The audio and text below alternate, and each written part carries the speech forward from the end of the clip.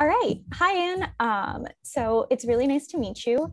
Can you tell me just a little bit about yourself, what you're doing, what your research is, like a quick layman summary? Sure. So my name is Anne Gambrel. I am a postdoctoral researcher at the University of Chicago. So that means I got my PhD 3 years ago from Princeton University. And then I've been doing independent kind of research ever since, working in part with the South Pole Telescope group, but also a different group that works on a similar telescope that actually flew from a balloon in Antarctica. And so I am really interested in how the universe started. That's why I got into astrophysics. I found it really interesting that people could actually take measurements that could tell us about 14 billion years ago. And so I got really interested in this really old light, older than any of the stars that you can see. That's an afterglow of the Big Bang, and that's called the cosmic microwave background. And so I work on analyzing data from telescopes that measure that light to match it to what the theoretical physicists tell us about what that means for their models of how the universe started. Awesome. Can you tell me a little bit more about that balloon telescope project? That sounds really interesting. Sure. So it's called Spider, and we built this like several ton telescope that goes up on a balloon that's about the size of a football stadium, filled with helium. We flew that from Antarctica in 2015. And the reason you go on a balloon is because the atmosphere is really bright in the frequency range that we're looking at. So the microwaves that you can use to heat up the water particles in your food and heat those up, those are also very present in the atmosphere, and those shine down on our telescopes when they're on Earth. So the goal for the balloon platform is to pull your telescope up above 99% of the atmosphere, such that it basically looks like a space environment. So like the sky where we are from the balloon is black. We don't see the blue sky during daytime. So I worked on that I still work on that. I've been working on that for 10 years as a grad student and then as a postdoc. So that project I've worked on from building the actual telescopes to now analyzing all the data that we got during that flight. So it's about 2 weeks that it was going around above Antarctica and collecting data, whereas most ground-based telescopes are bringing in data constantly. So it's a much different sort of problem for people like me that like working with data, but they're both really, really helpful for getting different parts of that early universe light, different parts of the signal. So there are a lot of telescopes, both ballooning and on the ground and satellite, that we all work together to combine these really sensitive measurements into a big picture of what was happening at the very beginning of the universe. Very cool. So I know you mentioned that you work with a lot of data. Can you tell me more about like what does a typical day in the lab look like for you? What sort of projects are kind of make up your day-to-day? Yeah.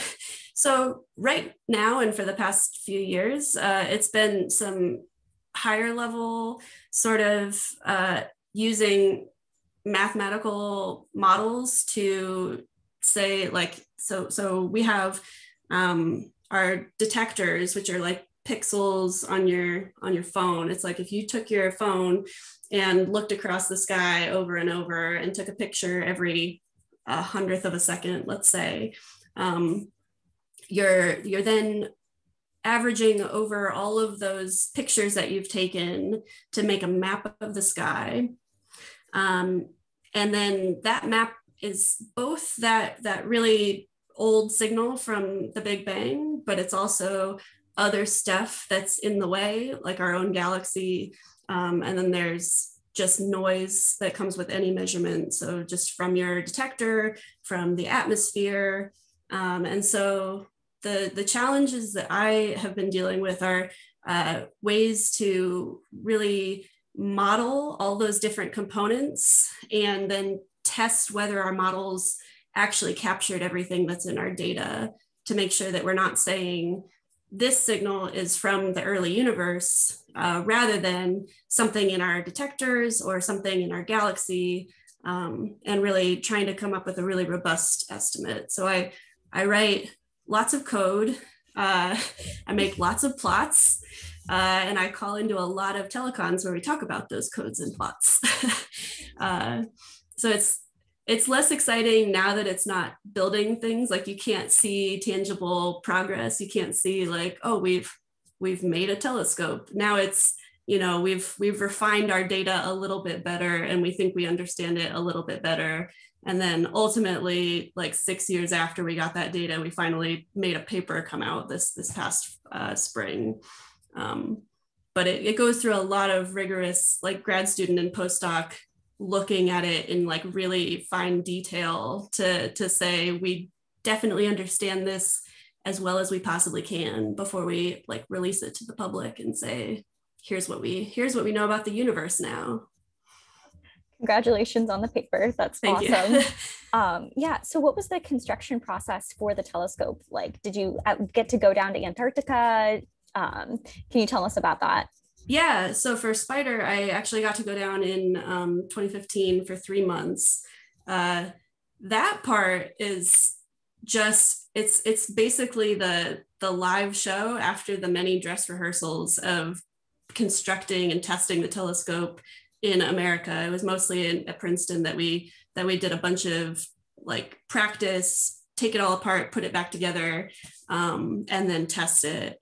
And so then when we shipped it to Antarctica, we all arrived in October, and it was in pieces because we had to ship it down, you know, in shipping containers. And so we had to unpack everything, assemble it over the course of about 2 weeks. And then for Spider, we fill it with liquid cryogens to cool it down to almost absolute zero, like very, very cold. And then that process, since it's like a ton of heavy material that you have to cool down to almost absolute zero, that process takes 2 weeks.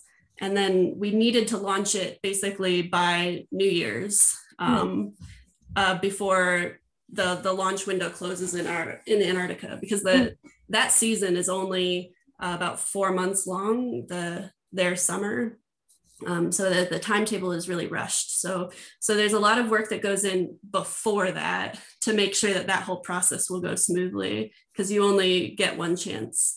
And so, yeah, so we assembled it, tested it, and then launched it on New Year's Day of 2015.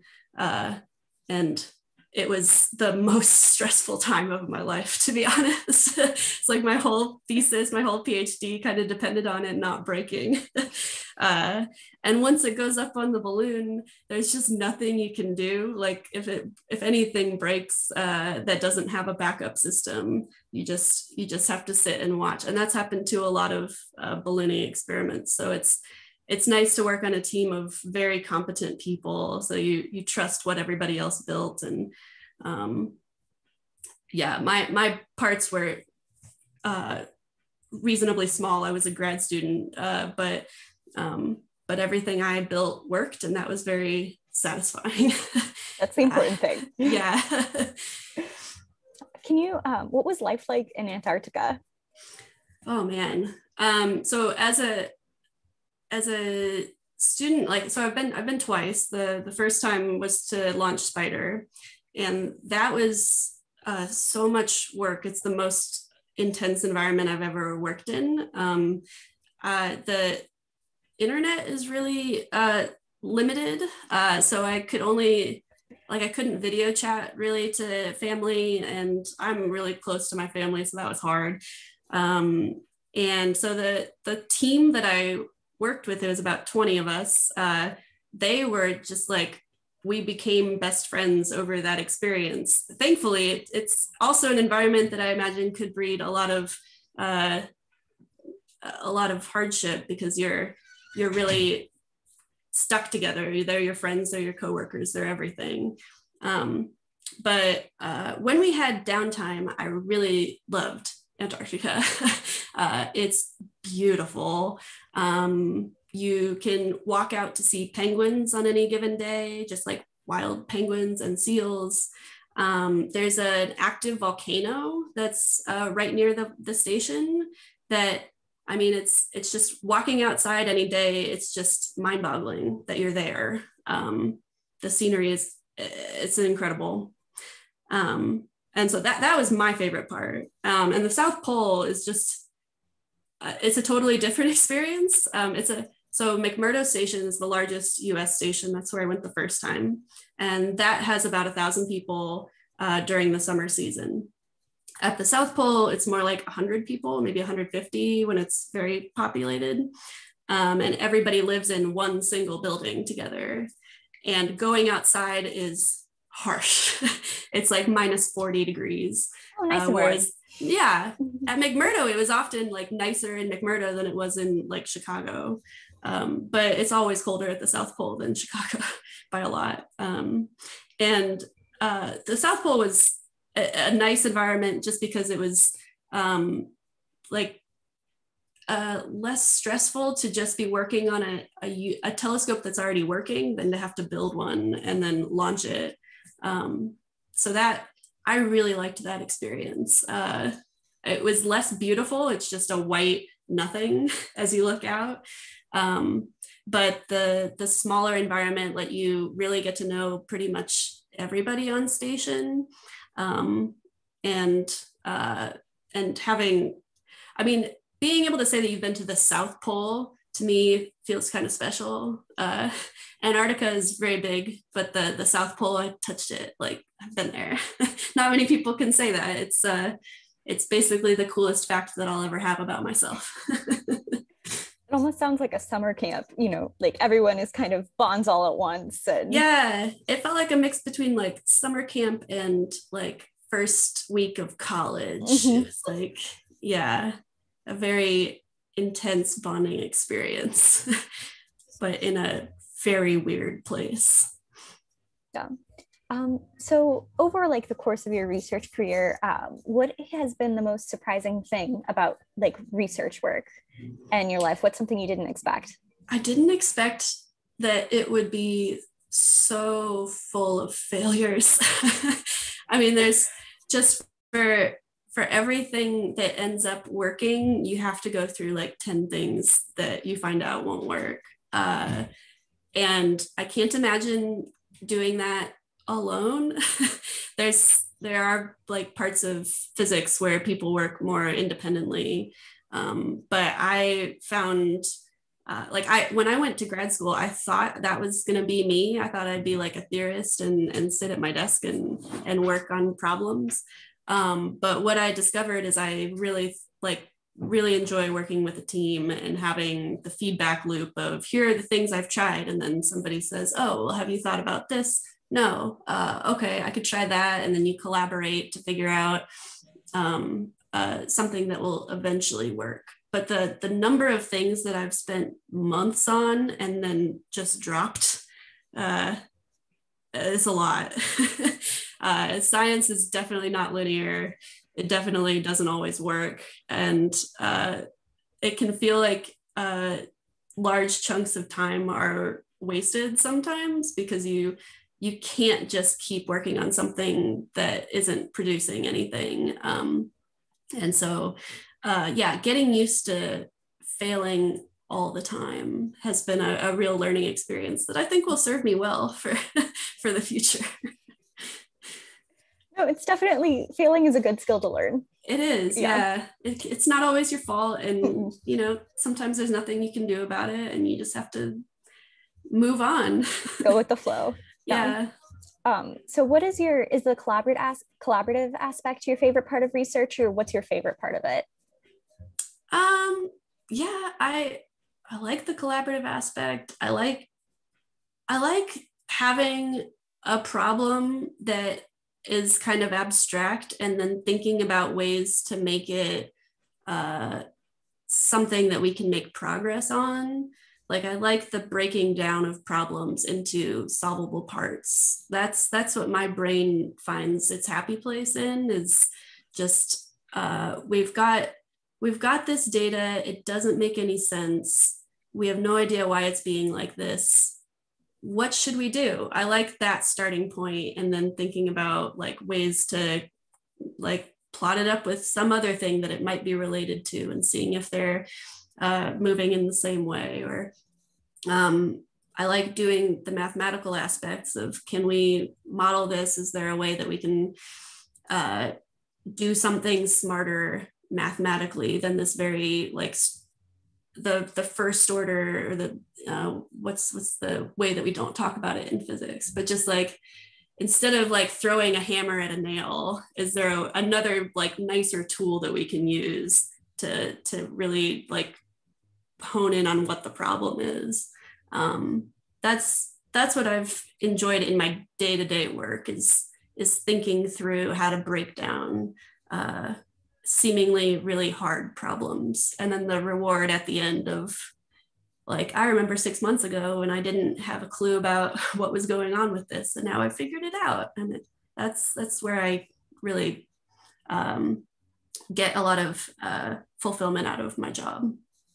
Very cool. Yeah, so what drew you to astrophysics in the first place of all the scientific fields? Like, did you want to be a scientist growing up? Was this originally what you wanted to do? Oh man, no. My older brother was like, I wanted to be him. He was very, very accomplished and smart. And then he took physics in high school and hated it. And so I thought I would hate physics. But I had the best teacher of my life for high school physics. And so I got really interested in that. It just like I said, like that sort of problem solving, it just like, it soothes my brain. Like my brain just feels good doing it. And I still think it's hard. Like people often say, oh, you're a physicist, you must be like really smart. I still find physics really hard. I still have to think very hard about it and work very hard at it. But that just, I like challenges, and this was a fun challenge. So I was then going to be an engineer. And then I did, kind of on a whim, I did a research experience for undergrads during the summer after my junior year or sophomore year, I can't remember, in college, working on a balloon-borne cosmic microwave background telescope at the University of Minnesota called EBEX. And I loved it. I loved it so much. I got to do coding. I got to like see the telescope being built. And so that was the decider for me. I liked, for astrophysics, like it's not all theoretical. There's still the building stuff that satisfied my, like I liked to build stuff in undergrad. I learned to do like machining and electronics and stuff. So I got to use all that stuff, but also like toward this goal of understanding the universe better, which I really thought that was just the perfect balance for me. So yeah, I only applied to astrophysics or like early universe physics type of programs for PhD.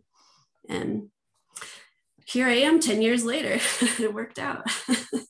That's amazing. Yeah, so what do you like to do when you aren't working on your research outside of the lab? I like being outside. So my partner and I moved to Denver in August a year ago, basically because most of my work is remote. All of my work is remote. So we wanted to live in the mountains during COVID, and that's been a great decision. We really like to hike, camp. We like to climb. Climbing's been like the main thing I've gotten into since I started grad school. So that's my main outside of work thing. I climb all the time. That's awesome. It's weird too. I don't know if you would have, I find that people that like to do physics also like to climb. It has like a similar like problem solving type of mentality, but you're solving problems with your body, and yeah, I always wanted to like be strong, and because around the lab, I would get really frustrated if I couldn't lift something heavy and had to ask for help, because I don't want to be like the stereotypical woman, like in a lab full of men. And so I wanted to be strong, and climbing's really been a fun way to get strong. That's amazing. Yeah. No, you're right. I have run into a lot of physicists who are climbers. It's kind of funny, like the connection there. Yeah. Yeah. All right. Just kind of wrapping up, is there anything we haven't talked about that you'd like to talk about or mention? I don't know. Let's see. I kind of thought one of the things we would talk about would be outreach, but I just that's one of the things I'm passionate about, and I think scientists are almost obligated to try to do these sorts of connecting with the public and getting people interested in science, and that at the University of Chicago, there are programs that reach all age groups, and I work specifically on one that reaches to older folks in the Chicago community, and that's been a very big thing during COVID, doing virtual outreach to seniors who are already really isolated, giving them another thing to do in their day. And so, yeah, I think these sorts of things where scientists are made human, and we are able to communicate the things that really like, there are difficult parts to explain. Like if you work on something long enough, you'll get into the nitty gritty that's hard to explain. But big picture stuff is often seen as just so beyond my comprehension to a normal person. If I say astrophysics to somebody that I talk to at a bar or something, they're usually like, oh gosh, that'll be way over my head. I won't even ask what you do. But I think it's our job to make it accessible and to make people know that we're humans too. And it's we're not all geniuses. I definitely am not a genius. And the things that we do can be accessible to everyone. And I think it's important that that we make an effort to do that, and not try to like lean into the, oh, we're way above everybody else in our understanding of the universe. It's all accessible. Yeah, absolutely. Alrighty. Thank you so much for stopping by and for doing this interview. Sure. Thank you for coming by. Yeah, it was really nice to talk to you. Wonderful talking to you.